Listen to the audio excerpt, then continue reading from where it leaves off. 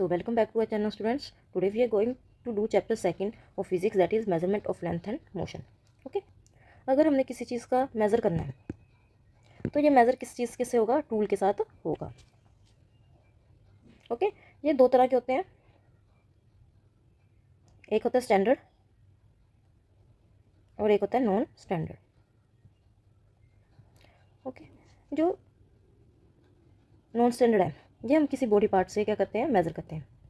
Body part का use करके हम इसको मेज़र करते हैं. ओके. और ये स्टैंडर्ड है, ये किसी डेफिनेट सब्सटेंस से डेफिनेट टूल के साथ करते हैं, जैसे कोई स्केल हो गया. ओके. अगर हम किसी चीज़ को बॉडी पार्ट से मेज़र करें तो ये हर आदमी के लिए अलग अलग होगा. अगर हम एग्जांपल लें, जैसे आपका जो आर्म है वो छोटा होगा आपकी मदर के कंपैरिजन. आपके मदर के कंपैरिजन आपका हाथ छोटा होगा, तो आपका आर्म छोटा होगा और मम्मी का आर्म बड़ा होगा. तो इसमें डिफरेंस आ गया ना. तो हम जैसे हम किसी टेबल का मेज़रमेंट लें और हम इसका मेज़रमेंट ये लेंथ मेज़र करना है, तो आपका 2 होगा और मम्मी का 1 भी हो सकता है. राइट. आपका आर्म छोटा होगा आपकी मम्मी से. राइट. तो ये कोई डेफिनेट नहीं है. अगर आप किसी को कहोगे कि एक आर्म लेंथ है इसकी, तो एक आर्म आपके लिए अलग होगी और दूसरे व्यक्ति के लिए वो अलग होगी. राइट. तो ये नॉन डेफिनेट है. यही प्रॉब्लम आई, तो इस प्रॉब्लम की वजह से हमने क्या यूज़ किया? स्टैंडर्ड टूल यूज़ किया मेज़रमेंट के लिए. स्टैंडर्ड टूल्स जैसे कि किसी पर्टिकुलर जो सबके लिए सेम हो, जैसे स्केल में जो मेजरमेंट्स होंगे वो सबके लिए सेम होगी. वो स्केल तो सभी खरीद सकते हैं, तो वो स्केल के साथ हमारे सभी के लिए 10 सेंटीमीटर सभी के लिए सेम होगा. इसीलिए हमने स्टैंडर्ड का यूज़ किया है. Right. Now need of standard units. अब हमें स्टैंडर्ड यूनिट्स की ज़रूरत क्यों पड़ी, ये हम अब देखेंगे क्यों ज़रूरत पड़ी. क्योंकि पहले क्या होता था, जो नॉन स्टैंडर्ड यूनिट्स यूज़ करते थे, ठीक है, जैसे कि the length of the arm, ठीक है, हैंड स्पैन, 4 उंगलियां टू मेजर द लेंथ किसी भी बॉडी पार्ट का. ये सब क्या है? Body parts. हम बॉडी पार्ट्स का यूज़ करते थे किसी भी चीज़ को मेज़र करने के लिए. तो प्रॉब्लम क्या आई? ये डिफ़र करते हैं पर्सन टू पर्सन. जैसे मैं अभी एग्जांपल लेके हटी हूँ कि भी आपकी आर्म और आपकी मम्मी की आर्म में बहुत डिफरेंस होगा. राइट. तो ये पर्सन टू पर्सन वेरी करती है. तो किसी की एक आर्म का मेजरमेंट नहीं कर सकती एक. Right. For example the handspan measure of table length varied among the different students. आपकी बुक में एक एग्जाम्पल दी हुई है जिससे हमें पता लगता है कि बच्चे टेबल मेज़र करते हैं, तो सभी के लिए डिफरेंट हैंड्समैन की मेजरमेंट आई थी. ओके. तो यही प्रॉब्लम थी क्योंकि ये वेरी करती है पर्सन टू पर्सन. राइट.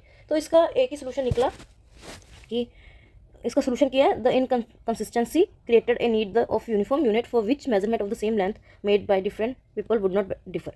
तो हमें एक ऐसे यूनिफॉर्म यूनिट चाहिए जो सेम लेंथ मेज़र करे, चाहे वो किसी भी पर्सन के लिए हो, उसकी लेंथ क्या होनी चाहिए? सेम होनी चाहिए. तो इसके लिए हमने क्या किया? यूनिफॉर्म यूनिट लिया. Right. Now see in this exam diagram, finger की विड्थ के साथ, पेस के साथ, जो हमारा ये देखो जो पेस है ये एक लेंथ है हमारी, जैसे हम एक स्टेप लेते हैं. राइट. ये सभी के लिए डिफरेंट हो सकती है. राइट. अब हमने देख तो लिया ये कि भी हमें स्टैंडर्ड यूनिट्स की क्यों ज़रूरत पड़ी. मेन रीज़न यही है कि भी ये डिफ़र करती है पर्सन टू पर्सन. राइट. तो हमें एक स्टैंडर्ड यूनिट चाहिए जो पूरी वर्ल्ड वाइड हमारा क्या हो, सभी के लिए सेम हो. Right. Different country comings together and adopting a set of standard units of measurement. अब सभी कंट्रीज़ क्या करेंगे? डिफरेंट कंट्रीज़ क्या करेंगे? स्टैंडर्ड यूनिट्स को यूज़ करती है मेज़र करने के लिए. The international system of unit is the standard unit.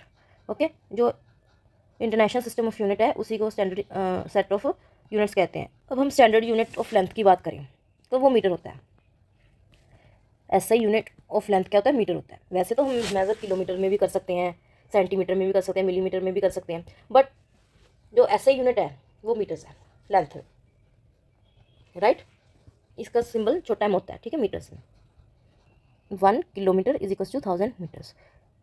Right. अब ये हम देख सकते हैं कितना लॉन्ग डिस्टेंस मेज़र करने के लिए यूज़ होता है. जैसे कि डिफरेंट सिटीज़ के बीच में कहते हैं ना, जब हम एक सिटी से दूसरी सिटी जाते हैं हम कहते हैं इतने किलोमीटर्स की दूरी पे है वो, है ना, इतना किलोमीटर रह गया. आपने अपने बड़े पेरेंट्स को सुना होगा ऐसे बोलते हुए, कितने किलोमीटर रह गया. राइट. तो हम लॉन्ग डिस्टेंस किससे मेज़र करते हैं? किलोमीटर से. और 1 metre is equal to 100 centimetre. तो जो मीटर है, मीटर से हम मीडियम लेंथ मेज़र करते हैं. जैसे कि कोई क्लॉथ हो गया, किसी की हाइट होगी, ठीक है, वो हम मीटर में फाइंड करते हैं. मीडियम लेंथ्स ओके, जैसे आपकी हाइट है, हम कहते हैं इतने मीटर्स है, राइट। 1 सेंटीमीटर किसके बराबर होता है? 10 millimetres, right. Smallest length find करने के लिए, मेजर करने के लिए हम ये यूज़ करते हैं, जैसे कि द पेंसिल, ठीक है, पेंसिल की लेंथ फाइंड करने के लिए, पेज की विड्थ फाइंड करने के लिए, राइट। और 1 millimetre is equals to 0.1 centimetre, यहीं से निकला है ये, राइट, ये यहीं से निकला है। और ये बहुत ज़्यादा स्मॉल लेंथ फाइंड करने के लिए, जैसे कि थिकनेस ऑफ द कॉइन की जो थिकनेस है वो छोटी होती है ना, उसको यूज़ करते हैं, मिलीमीटर यूज़ करते हैं उसको फाइंड करने के लिए, right. Done. Now this is shown that this is a park and this is house. इन दोनों के बीच में डिस्टेंस फाइंड करने के लिए हम क्या करते हैं? किलोमीटर्स का यूज़ करते हैं, लॉन्ग डिस्टेंस, राइट। अगर हमने किसी चीज़ की लेंथ फाइंड करनी हो तो हम मीटर्स में फाइंड करते हैं, राइट। पेंसिल की हाइट फाइंड करने के लिए हम सेंटीमीटर का यूज़ करते हैं। जो नीचे स्केल दिया हुआ है ये मेरे को लगता है सभी ने यूज़ किया होगा, ओके। आपने मैथ्स में तो यूज़ किया ही किया होगा, ओके। अब ये जो मार्किंग्स होती हैं 0, 1, 2, 3, 4, 5, 6, राइट, जो 15 तक मार्क होते हैं बड़े बड़े, ये होते हैं हमारे सेंटीमीटर्स, राइट। ये होते हैं centimetres, right.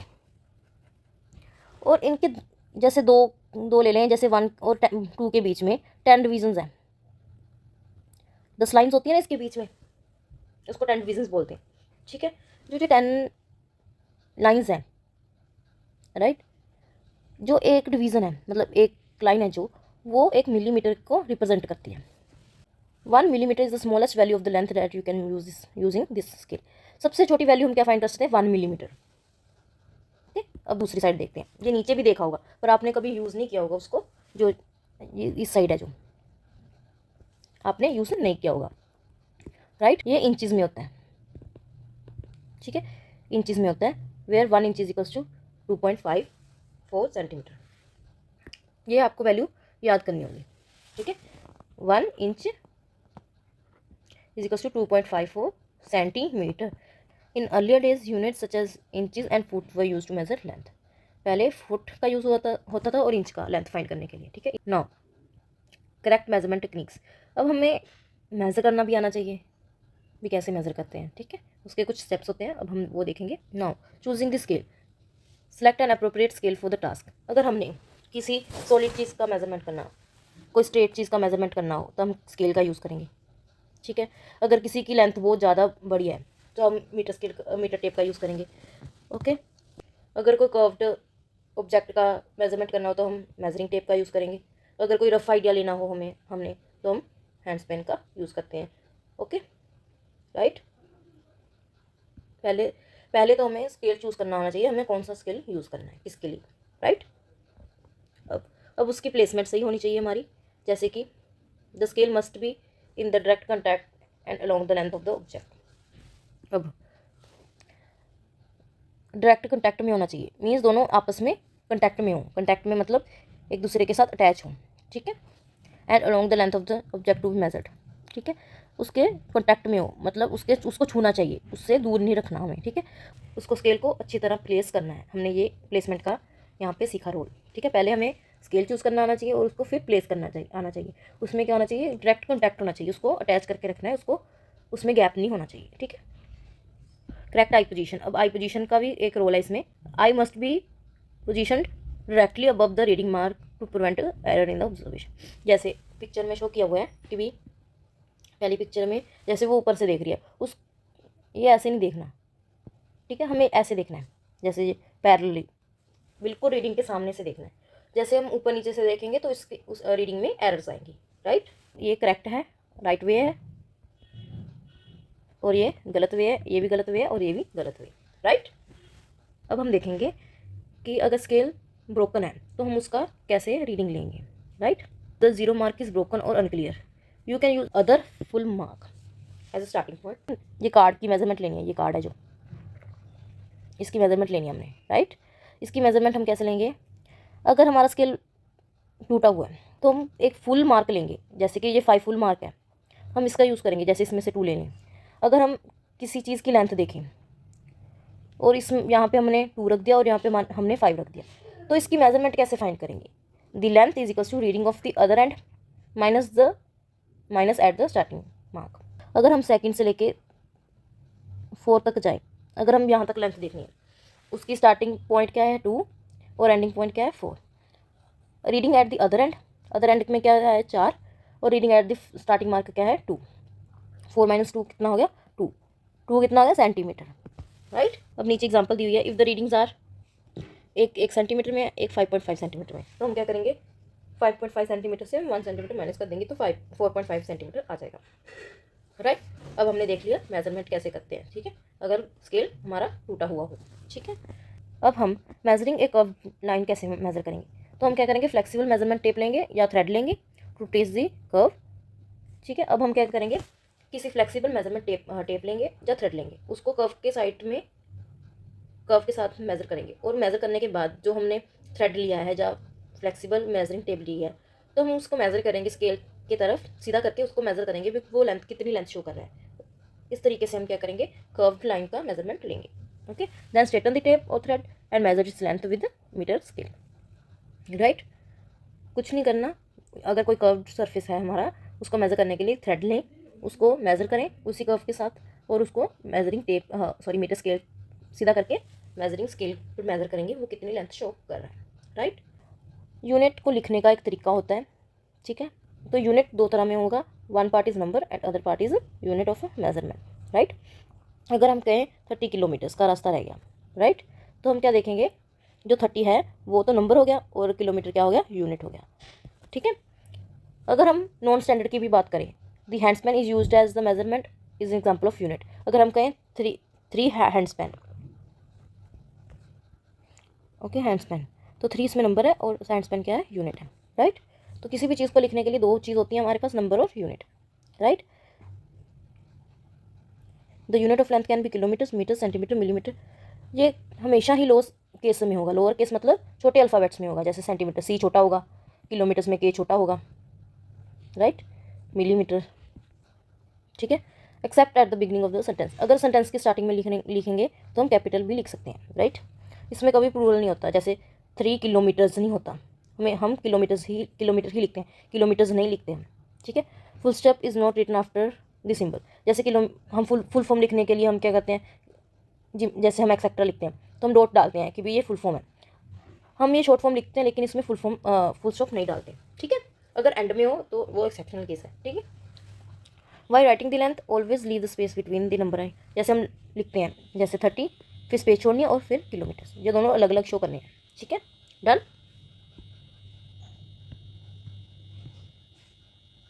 Now describing position and motion, right, position and motion. हम किसी भी चीज़ को डिफाइन करने की भी उसकी पोजीशन कैसी है या उसका मोशन कैसे है वो डिपेंड करता है हमारा रेफरेंस पॉइंट पे, हम किस पॉइंट के रेफरेंस पे किसी चीज़ के बारे में बता रहे हैं, ठीक है। जैसे कि reference point is a fixed point from which the position और distance of another object is stated. अगर हम रेफरेंस पॉइंट क्या है, एक पॉइंट है जिससे हम पोजीशन और डिस्टेंस का पता लगा सकते हैं किसी और ऑब्जेक्ट का, किसी चीज़ के रेफरेंस पे, right. Using A common reference point is necessary for consistent observation. अगर हमें कंसिस्टेंट ऑब्जर्वेशन चाहिए तो हमें एक रेफरेंस पॉइंट ज़रूरी है, जैसे कि रेफरेंस पॉइंट ज़रूरी है कि सभी बच्चे, अगर हम चाहें पॉइंट कुछ नहीं है, एक फिक्स पॉइंट से हम पोजीशन या डिस्टेंस का पता लगा सकते हैं दूसरे ऑब्जेक्ट का, राइट। जैसे कि ये कार है, राइट, अगर हम यहाँ से देख रहे हैं तो हमें इसमें बैठा हुआ बंदा क्या दिखेगा मोशन में, राइट। अगर यहाँ इसका भी देखें तो इसका ये पर्सन भी हमें इस पॉइंट से क्या दिखेगा मोशन में, मोशन मतलब मूविंग दिखेगा, राइट। अगर हम इस कार के पीछे बैठे हैं, राइट, हमारा रेफरेंस पॉइंट गाड़ी के अंदर है, तो हम क्या कहेंगे ये एक दूसरे के लिए क्या है रेस्ट पे है, राइट।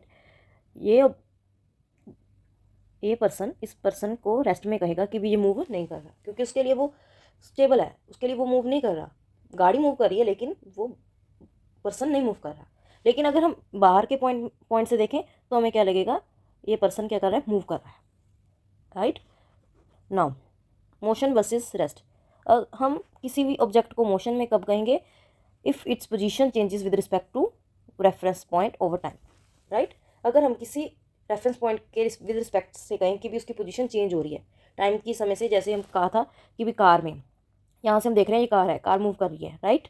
तो इसमें बैठा हुआ पर्सन हमें क्या लगेगा, मूविंग। मूविंग क्यों, इसकी पोजीशन क्या हो रही है, पहले यहाँ था, फिर यहाँ दिखेगा, फिर यहाँ दिखेगा। मूव तो कार कर रही है, लेकिन हमें पर्सन भी ऐसे दिखेगा कि भी ये भी आगे आगे बढ़ रहा है, राइट। तो हम क्या कहेंगे, ये पर्सन क्या है, मूविंग है, right. An object is at rest if the position does not change with respect to the reference over time.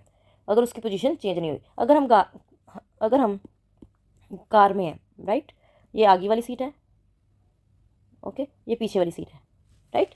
अगर इस पर्सन के लिए इसकी पोजीशन क्या है, फिक्स्ड है, ये यहीं पे बैठा हुआ, राइट, ये मूव नहीं कर रहा, तो ये हम क्या कहेंगे, ये रेस्ट पे है, right. Yes, example, a passenger in a moving bus is at rest with respect to the bus. Okay, जो पैसेंजर बस में बैठा है वो रेस्ट पे होगा विद रिस्पेक्ट टू द बस, बस के विद रिस्पेक्ट, मतलब अगर बस के विद रिस्पेक्ट पैसेंजर क्या है, रेस्ट पे है। But in motion with respect to the building outside the bus, जो बस के बाहर की बिल्डिंग है उसके विद रिस्पेक्ट टू क्या है, मूविंग है।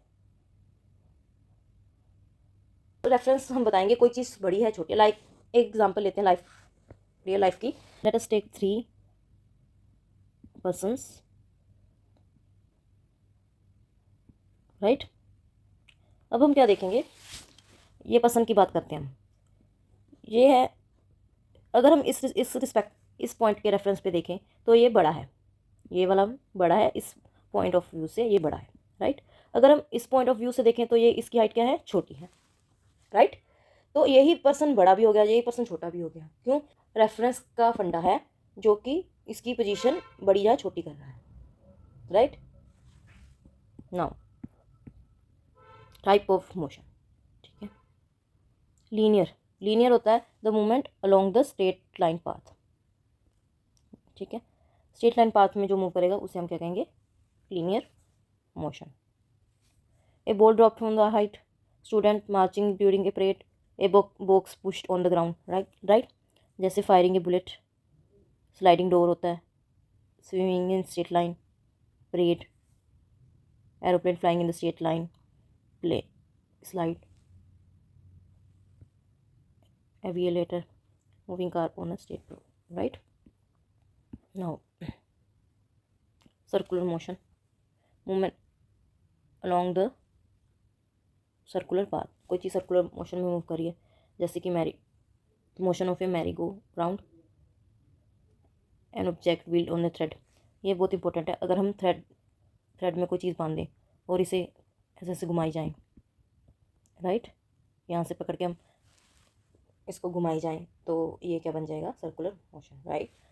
See this example, this is also moving in a circular path, earth is also moving in circular path, we can say that circular path, right. This swing you have seen this, the car is moving in circular, right. Oscillatory motion, movement that is to and fro about the fixed position, the moving of a swing, okay. to and fro मतलब आगे जाके फिर पीछे आता है, एक fixed interval में move करता है, राइट।